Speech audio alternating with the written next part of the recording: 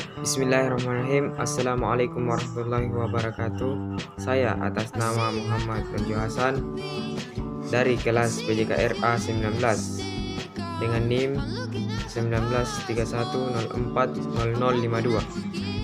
Baik, pada video ini saya akan menjelaskan apa itu perkembangan dan tugas-tugas perkembangan. Sebelum kita membahas tentang tugas-tugas perkembangan, saya akan menjelaskan pengertian perkembangan. Pada dasarnya, perkembangan merujuk kepada perubahan sistematik tentang fungsi-fungsi fisik dan psikis. Perubahan fisik meliputi perkembangan biologis dasar sebagai hasil dari konsepsi pembuahan ovum oleh sperma dan hasil dari interaksi proses biologis dan genetika dengan lingkungan. Sementara perubahan psikis menyangkut keseluruhan karakteristik psikologis individu seperti perkembangan kognitif, emosi, sosial, dan moral. Perkembangan dapat diartikan sebagai proses perubahan kognitif dan kualitatif individu dalam rentang kehidupannya, mulai dari masa konsepsi, masa bayi, masa kanak-kanak, masa anak, masa remaja, sampai masa dewasa. Perkembangan dapat diartikan juga sebagai suatu proses perubahan dalam diri individu atau organisme, baik fisik, jasmani, maupun psikis. Selanjutnya kita masuk ke pembahasan inti, yaitu tugas-tugas perkembangan. Tugas-tugas perkembangan yang dijalani atau dihadapi oleh setiap individu. Tugas-tugas perkembangan ini berkaitan erat dengan perubahan, kematangan, persekolahan, pekerjaan, pengalaman, dan hal lainnya sebagai persyaratan untuk pemenuhan dan kebahagiaan hidup. Perkembangan pada setiap periode perkembangan. Yang pertama, tugas perkembangan pada masa bayi dan anak prasekolah.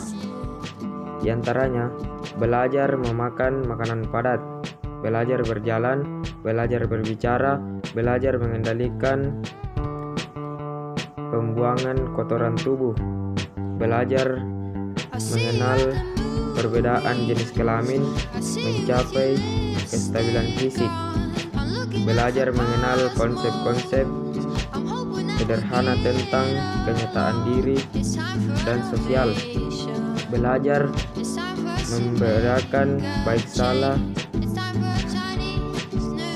benar salah, atau mengembangkan kata hati. Tugas perkembangan anak usia sekolah diantaranya memperoleh keterampilan fisik untuk melakukan permainan, membentuk sikap yang sehat terhadap dirinya sendiri, bergaul dengan teman sebaya, memainkan permainan sesuai dengan jenis kelaminnya, keterampilan dasar membaca, menulis, dan berhitung, memperoleh kebebasan yang bersifat pribadi atau mandiri.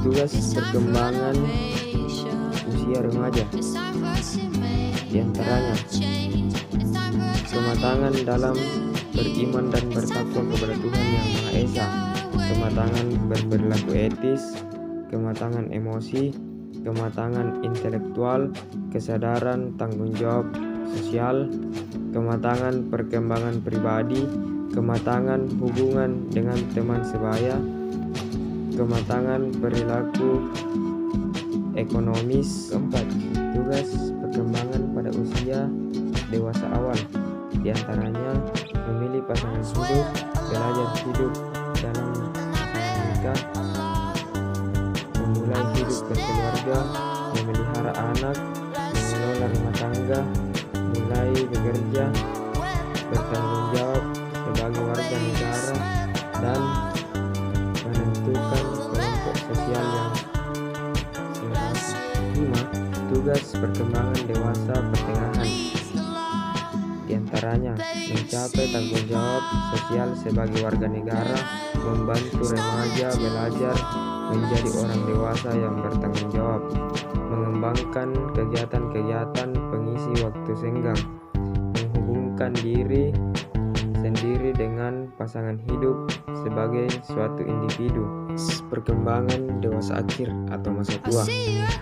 Masa tua ini menyesuaikan diri dengan menurunnya kekuatan fisik dan kesehatan, menyesuaikan diri dengan masa pensiun dan menurunnya penghasilan keluarga, menyesuaikan diri dengan masa pensiun dan kematian pasangan hidup, membentuk hubungan dengan orang-orang seusia.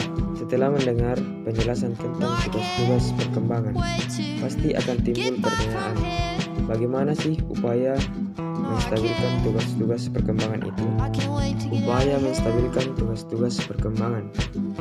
Tugas-tugas perkembangan yang telah saya paparkan tadi merupakan gambaran dari perwujudan kematangan biologis dan psikologis individu, ekspektasi masyarakat, dan tuntutan budaya dan agama. Penuntutan tugas-tugas perkembangan tersebut tidak selalu berjalan dengan mulus karena adanya berbagai hambatan yang muncul, baik faktor internal maupun eksternal. Faktor internal terkait dengan kondisi individu itu sendiri, pentingnya menjaga kesehatan anak bahkan pada saat masih di dalam kandungan, seperti mengonsumsi makanan dan minuman yang sehat dan bergizi, tidak merokok, tidak meminum minuman keras, dan obat-obatan terlarang, secara rutin memeriksa kandungan ke dokter. Cukup sekian untuk video kali ini. Saya ucapkan terima kasih kepada teman-teman yang telah menonton video saya. Jangan lupa di like, di komen, dan subscribe. Akhir kata, billahi fisayyihat, fasbihul khairan. Wassalamualaikum warahmatullahi wabarakatuh. Sampai jumpa di video selanjutnya.